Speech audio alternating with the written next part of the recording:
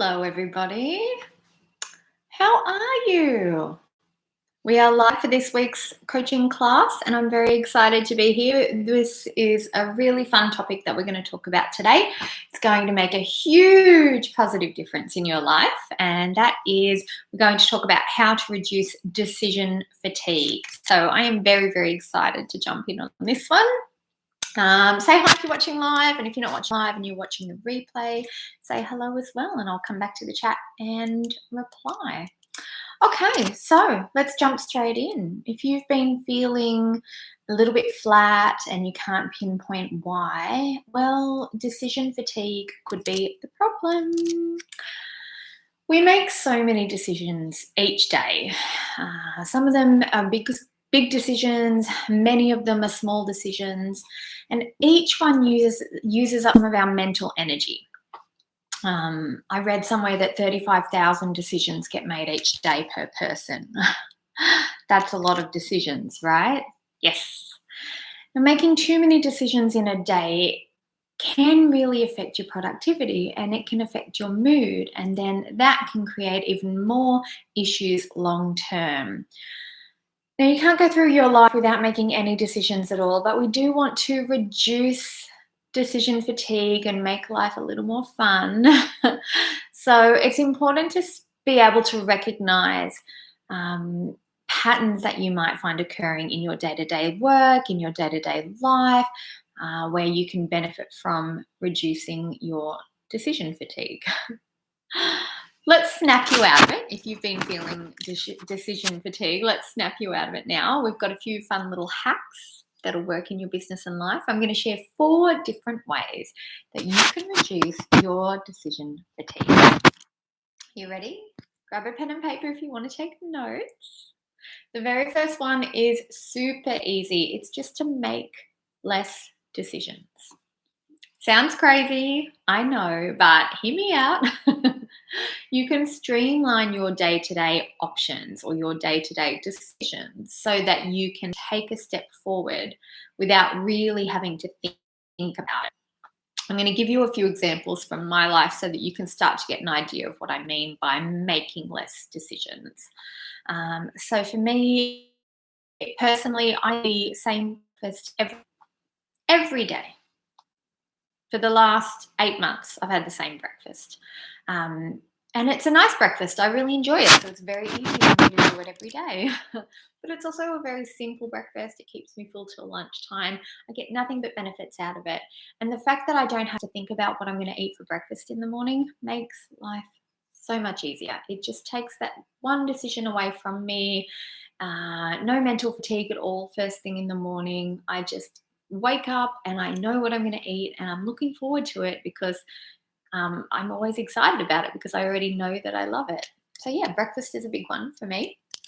I also have a capsule wardrobe.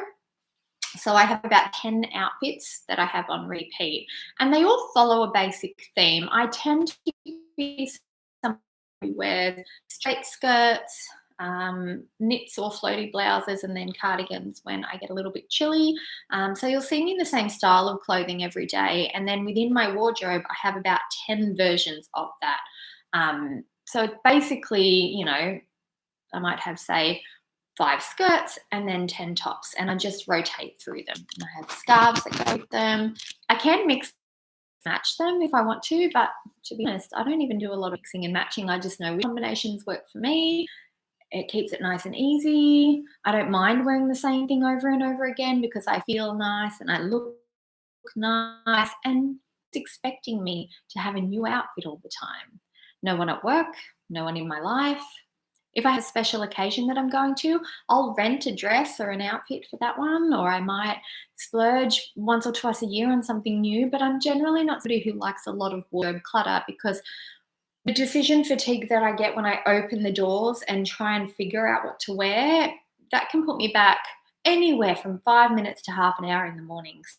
So instead, capsule wardrobe, know exactly what I like, having it ready to go, knowing what goes with what, makes life a lot easier for me. I outsource my meal planning. There's a really cool website called Eat at Home Dinners. It's run by a lady called Tiffany, and she basically meal plans for you. So she'll do a whole meal, a month worth of meals, and then she'll break it down into meal by meal and color code the shopping list.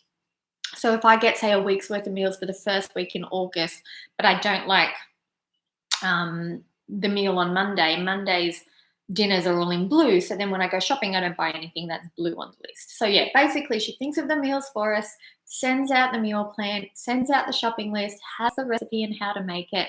I do not have to think about dinners at all. And you know what? Sometimes even that can be a little bit too much work in terms of decision making, because I don't want to have to go through a meal plan that someone else has created and then go, oh, what if I don't like that meal? So for a backup, I also have a 31-day meal plan of meals that I personally love and find easy to make. And then any day of the month that I'm feeling overwhelmed or I'm not sure what to have for dinner, I just go and get this paper that has 31 options. I look at the day that I'm living. I might be on day 15 of the month. I look at number 15 on that list and I make that for dinner. I already know I like it. I already know I know how to cook it. Super easy. So yeah, I am doing an action, but I'm not overthinking the action. And that's what reduces the decision fatigue. So yeah, really good. Well, I hope our connection is good, everybody. Let me just double check. We're going to stick with it. We're going to stick with it. If you have any trouble with the connection, don't worry, because we'll be talking about this topic in next week's podcast episode as well. So everything that you will get here on the live class, you'll also get in the podcast episode. And that releases on Monday. Okay, other ways that I streamline my day-to-day options by making less decisions. This one's going to be really funny. I buy whatever chocolate bar is already on sale. So, when you go grocery shopping, you think, I'll get myself a little treat, and then you have a whole aisle of, say, chocolate bars to choose from. I could stand there for ages. But chocolate is chocolate. So I just look for the yellow ticket, grab one that's on sale and go. It's easy. Like my brain autopilots that action. When I go to the library, I don't look through the whole library for my library books. I just go to the recommended shelf and I pick 3 books from there. I trust that somebody's recommended it for a reason. Nice and easy. In my family, we have an extended family dinner on a regular basis. And instead of everybody trying to go, oh, when are you doing what? We haven't had a catch up for ages. When's everybody available? We just have a standing invite. Every Tuesday night is family dinner. We turn up between 6 and 8. Have dinner, catch up, go home. It's so easy. We don't have to plan it. We don't have to ask who's available. Everybody just knows it's on. Well, it was on before our current lockdown for COVID. We're in lockdown at the moment. So we haven't had this dinner for a little while, but we'll be picking up again as soon as the lockdown is over. What else do I do to reduce decisions? Oh, I pay bills as soon as I open them. So the mail will come in, I'll have my phone next to me, I'll open up a bill, grab my phone, pay it straight away. So I've only had to think about that bill once. I've actioned it on the spot. I don't have to give any mental energy to it after that. Really, really easy. At work, I only check and respond to emails twice a day. And I do that at the same time every day so that mentally I know when I'm going to be doing emails and I'm kind of in the email zone. I do have clients that prefer to hear from me at different times of the day. So I use schedule send in my Gmail to do that. So they get my emails when it suits them and I send my emails when it suits me. And I follow the same step-by-step process for content creation each week. So I've been working online since 2009. And I tend to find patterns when it comes to creating video content, podcast content, blog posts, social media. I find a pattern that works for me and I follow that pattern.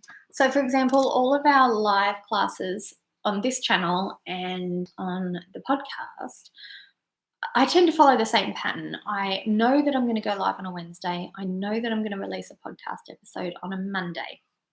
And so I tend to, on the Wednesday morning, that's when I create the thumbnail for our live video, and I post that and schedule the live, and then that's done. That decision is made. I'm going live at 2 p.m. my time.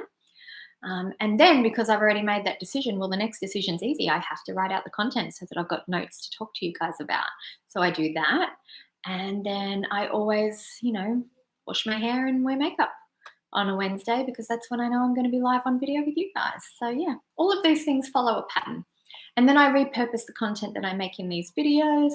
I'll redo the audio for the podcast. I do a headliner video for social media. Basically, it's a set and forget pattern, or it's a set and autopilot pattern for my content creation for my business. So yeah, making less decisions. The more you can turn something into a rhythm or a routine, the more you can simplify the thing that you're thinking about, the less decisions you're going to have to make around it. And if you're making less decisions, you're having less decision fatigue, and your life is much better. Okay, the second way to reduce decision fatigue is to delegate the decision making.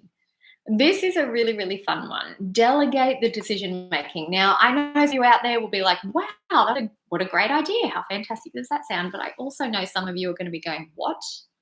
I can't delegate decision making. What if somebody makes the wrong decision and they affect something really, really badly? Let it go. Let it be easy. Let it go. Start with the things that you don't have a personal preference for. So you might be sitting at home with the family. It's family movie night. Everybody says, what movie are we going to watch? 3 different people have opinions.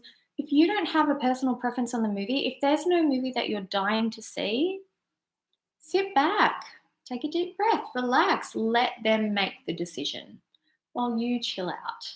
Okay? This is actually a fantastic idea for parents. I found that my kids, they really like being able to make a decision for the family. And while at first I was a little bit apprehensive, I was a bit worried that some of the decisions they were going to make might not be in the best interest of the adults, might be for the kids, but not the adults. It turns out they actually really enjoy being treated as mature, responsible people. And they take pride making decisions that benefit all of us. So yeah, you can delegate decisions like what you'll be eating, who does which chores around the house. You don't have to assign chores. You can say to people, what do you like to do? My kids like to feed the pets, so it makes sense that they help feed the pets, right? They can help make decisions on what you'll be doing for the weekend for fun. They can give you suggestions for songs to add to your road trip playlist or take care of creating the playlist for you. Once you get started, there are so many options that you can do, and each little decision that they make for you is one decision less that you have to make yourself. Nice and easy. Now, how does this apply at work? At work, delegating decision making works best when you're doing it for anything that's outside of your zone of genius. So if it's anything that doesn't light you up thinking about it, let's find a way to delegate the decision to somebody else. So it might be things like dates in your launch calendar. If you don't particularly care when you launch, but you have to launch a few times a year, get someone else to decide when, lock it in the calendar, do it when your calendar tells you to do it. You remove the emotion, you remove the mental load of the decision, all done. It could be whether or not you say yes to interviews. It could be your wardrobe for photo shoots. You might want to outsource the decisions on those outfits. Sorry if you can hear my cats in the background. They've decided to play together. But yeah, it can be clothes for your wardrobe shoot. It could be key topics that you're focusing on for your social media content for the quarter. Delegating these sorts of decisions at work. It can feel a little bit tricky at first because you'll feel like you need to really trust the person that you're delegating to. Because you want them to make the right decision and whatever they decide is going to affect you. But the good news is, in entrepreneurship, there's always more than one right decision that could be made. There's always more than one right decision that's possible. You know, as entrepreneurs, we are creative, we are flexible, we are positive people by nature. And if you start by setting up a good structure around your delegation, then you'll find that delegating decision making actually goes smoothly pretty quickly. One of my favorite techniques is to start by asking a team member to make a decision by giving them two options to choose from. And that's it. Whatever they decide, I happily go with it so that they are confident in their decision. I make sure the two options I give them are two options I'm perfectly happy to go with. I really don't mind either way. Let them decide, and I'm excited about the decision they make, right? Whatever they decide, we go with it. And then over time, you can start to let go more as you start to feel more comfortable with them making decisions for you. All right, point number 3 is about making decisions at a time that suits you. This is really when we're coming into thinking about working in alignment, working in flow, working to your strengths. And that's a really big thing that I talk about a lot in the Let It Be Easy program is working to your strengths and enjoyments. So, for example, if you're not a morning person, don't make decisions first thing in the morning when you wake up. Don't make decisions when you first get to work at the start of the day. If you're somebody who is most productive in the evenings, then that's when you should be making the majority of your decisions because that's when you're in the zone, that's when you're in flow, that's when you feel aligned with what you're doing. Things are feeling lighter and easier and more positive, and it doesn't matter what you're deciding. If you're not in that zone, it's not going to feel good. You'll doubt your decision. And when you doubt a decision, you usually have to rethink and redecide later. So you're increasing your mental load if you're trying to make a decision at a time where you're not working at your strengths. Of course, if you are a morning person and you find decision making much easier first thing because then it clears your mental plate for the rest of your day, then yeah, absolutely. First thing in the morning is the ideal time for you to make your decisions. Go for it. If you're hungry, don't make decisions when you're hungry. If you're tired, don't make decisions when you're tired. If you're stressed out, don't make a decision. Take some time to do a little self-care first. Eat, rest, take a little break, and then come back to it and make that decision when you feel good again. If somebody asks you to make a decision, put it on hold if you're not in that right time frame or frame of mind or physical well-being condition to make a decision well. If somebody asks you for a decision to make a decision, just put it on hold and say, good question. I'll have to think about that and I'll get back to you this afternoon, this evening, tomorrow, next week. Jot it down for now, then review it and make the decision later when you're in flow. And our final point today, number 4, is to give your willpower a break and just create habits that make your good decisions for you. How can we explain this one? Set yourself some boundaries that completely remove the need to make the decision on whether or not to do something. I don't know about you, but my willpower is practically non-existent. So I find this one really, really helpful in work and in life. I'll give you a few examples from life and work. In life, I hate exercise. I know we're not meant to say that. I just don't enjoy it.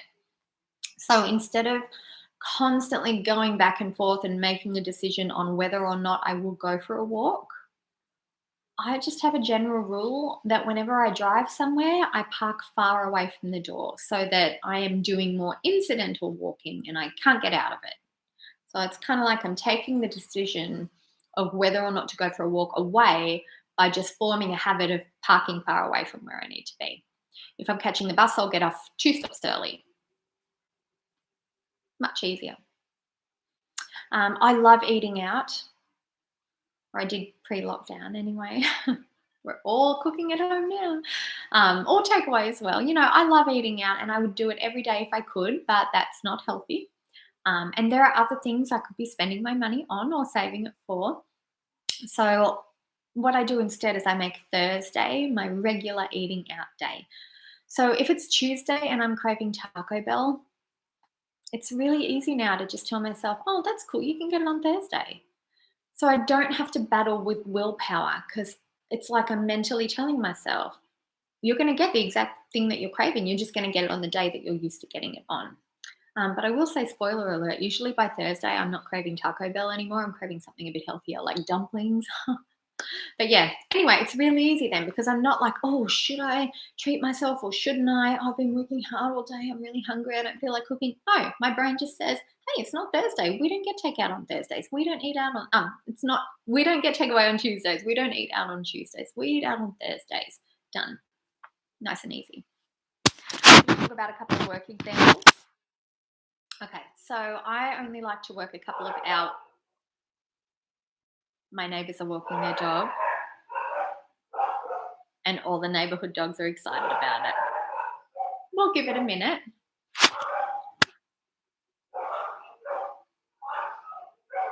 Don't worry, everyone's safe. They're just noisy.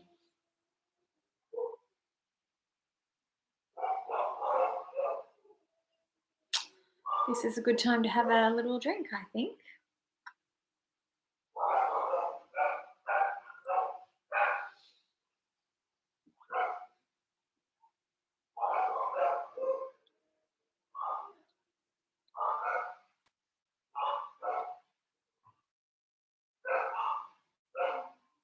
Any day now.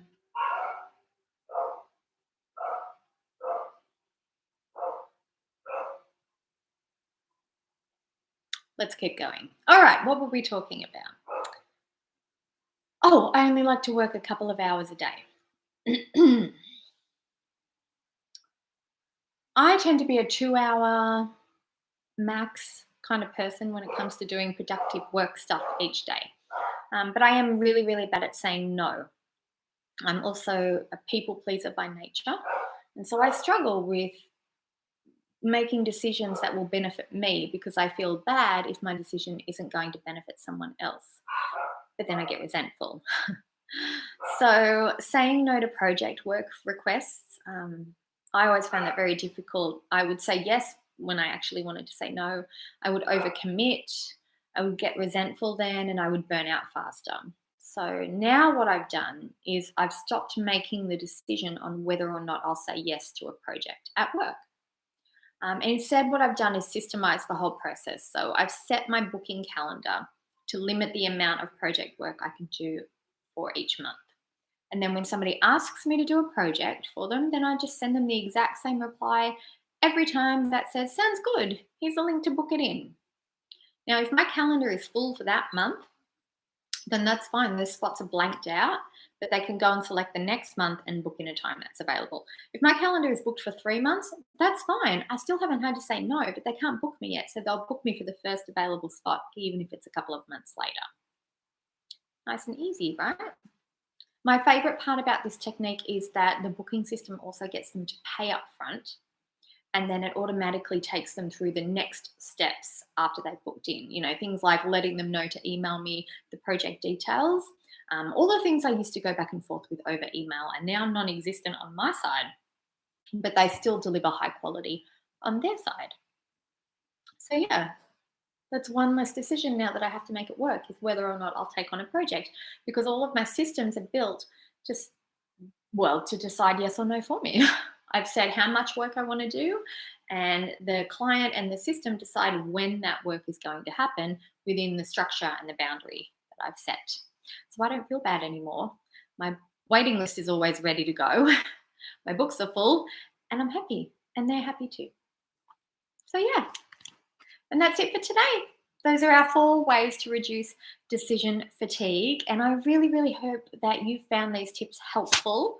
I'd also love to know your thoughts as well. So, leave me a comment or come over to Instagram and give me your thoughts on decision fatigue. Have you experienced it? Have you noticed other people experiencing it? Do you have any tips of your own that you would like to share? If so, I'd love to hear them. And a little reminder, the Let It Be Easy program is still in pre-sale mode. We start in 5 days. We start on September 6th, but you can register in the pre-sale time and you'll save $600 Plus, you'll get $888 in bonuses if you sign up now. So I'm going to leave a link in the description box below if you'd like to join me for the program. And yeah, that's it for today, everybody. I hope you've had fun. I've had a ball chatting with you, and I will see you next time. Bye.